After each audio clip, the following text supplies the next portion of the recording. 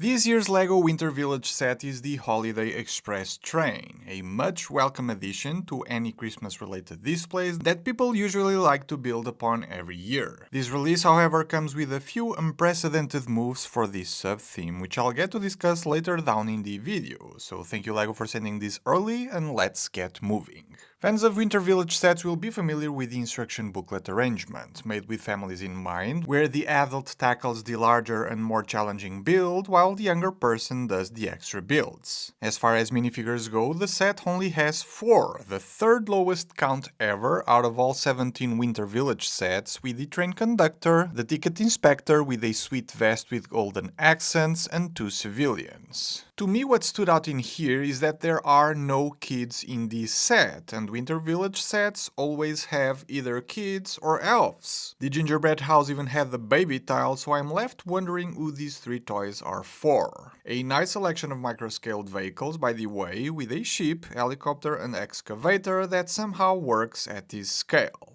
There's also a plain gift box and then a small platform for passengers to jump on the train, with a slope that can be placed on the train track pieces like this. Part of the small objects of this set is this shipping gift box, it seems, as there's an address and ribbons on the sides. On top of it though, there's a miniature display with a few buildings, trees and a 3D printed train. What? LEGO has done 3D printed pieces before as special gifts or included in low production run products like some of the LEGO Inside Tour sets, but to do it in a mass production product such as this is definitely new. They even made sure to disclose it in the back of the box. The piece was made so that it can have standard LEGO pieces attached for details, like the golden plate up front, the feather piece as smoke coming from the smokestack, or the train's roof with a red slope.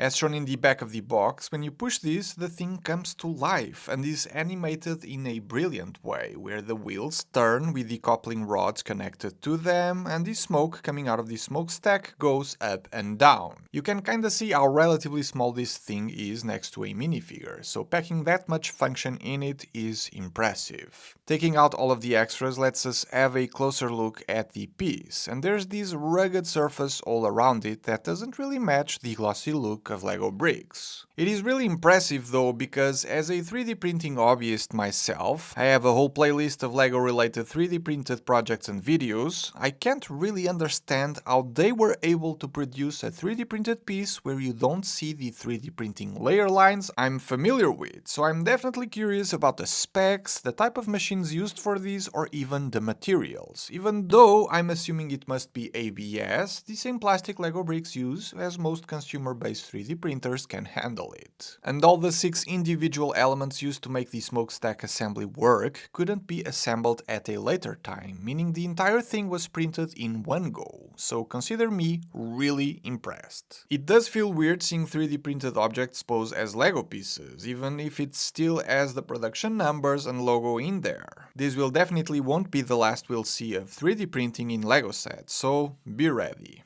The little gift box where the 3D printed piece came packed in was a really nice detail. And we finally get to look at the Holiday Express train itself. There's 4 wagons to it, the steam engine, the coal tender, a flat car where that gift box / miniature display goes, and a passenger car. It's decorated as a gift with a big red ribbon going all around it, and the top can be removed to give us easier access to the seats for the passengers. Maybe this is the reason no kid minifigure was included, as they can't sit in the chairs. I'm still puzzled about that, as I am with the fact that this wasn't an enclosed car for some reason. Traveling here will be chilly for sure. The cars connect with each other like these, instead of the magnet arrangements, which is a bit lame, but cost effective I guess. The flat car has this brick-built ringing bell bearer that waves its arms as the car is riding along a flat surface or the train tracks. The coal tender has some Christmas decorations as well, and some room above to store the toys. It is hollow, as this is the place where the battery goes if you decide to power up your train, but those are extras you'll need to buy separately. The train engine is somewhat of a simple design that keeps the overall style of the previous cars, with the gold, light blue and dark blue color scheme, and a few decorations here and there. I'm no train expert, but the details on the front seem accurate. The Holiday Express quarter tile and the train number that matches the set's reference number are printed. And in the back, better seen when you remove the top, features the coal burning down there and some dials and details above. When riding, the smokestack goes up and down using a similar mechanism to that of the Bear. Being the train set that this is, 16 rounded train tracks are included for you to build a circular train track. Perfect to display your model around a Christmas tree, or the Lego one I reviewed yesterday. But this thing is never complete unless you power it up, of course, which will require these extra elements. Instructions for the rebuild process can be found at the end of the actual building instructions.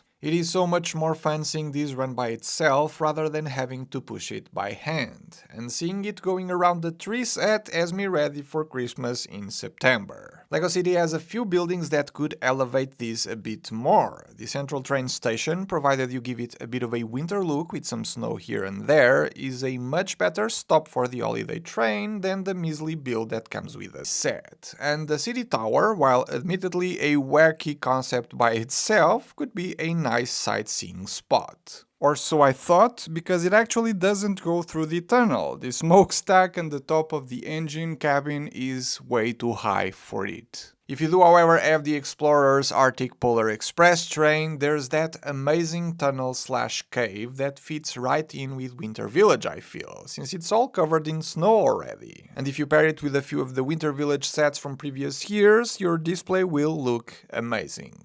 Now, while powering this up is incredibly fun, that will mean you'll have to get a few extras if you don't have them already: the train motor, the battery box, and the remote. The thing is, in some locations of the world, you won't be able to buy them all. Looking at the US store, for instance, the remote isn't available for purchase, and the one I have on hand comes from the City Train set. So that sucks. I'm sure you'll get powered-up support in the app, the same way the tram from a few years ago did, or even the Arctic train, so that's an alternative to no remote. But in a world where we're continually drawn to use screens, especially kids, I favor non-screen options whenever possible. So LEGO should have had the remote in stock as a standalone purchasable item. Then there's the price. Winter Village sets have this golden rule when it comes to pricing. Every set of the theme done since 2012 was always priced at $100. No more, no less. Perfect threshold. Well, this one is unfortunately priced at $130. Not sure if the train tracks are the cause, or maybe the train wheels with those rubber bands for friction. The low minifigure count can't be it, nor the 3 printed tiles, and certainly not the 3D printed piece, given how cheap and accessible 3D printing has become in the past few years. And the reason this was 3D printed was to save money that would otherwise be spent on plastic injection molds that cost hundreds of thousands of dollars to have these being produced the same way regular bricks are. So what's up with this? Is inflation or tariffs the reason for a 30% price hike?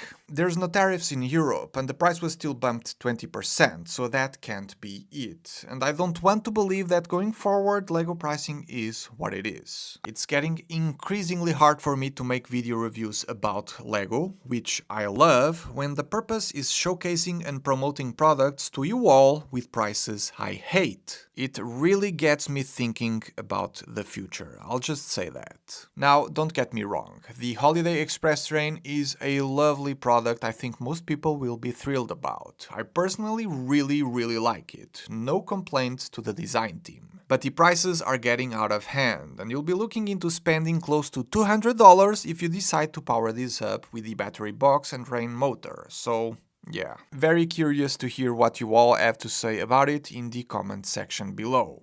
Merry Christmas, I guess. Thanks for watching, and I'll see you all on the next one.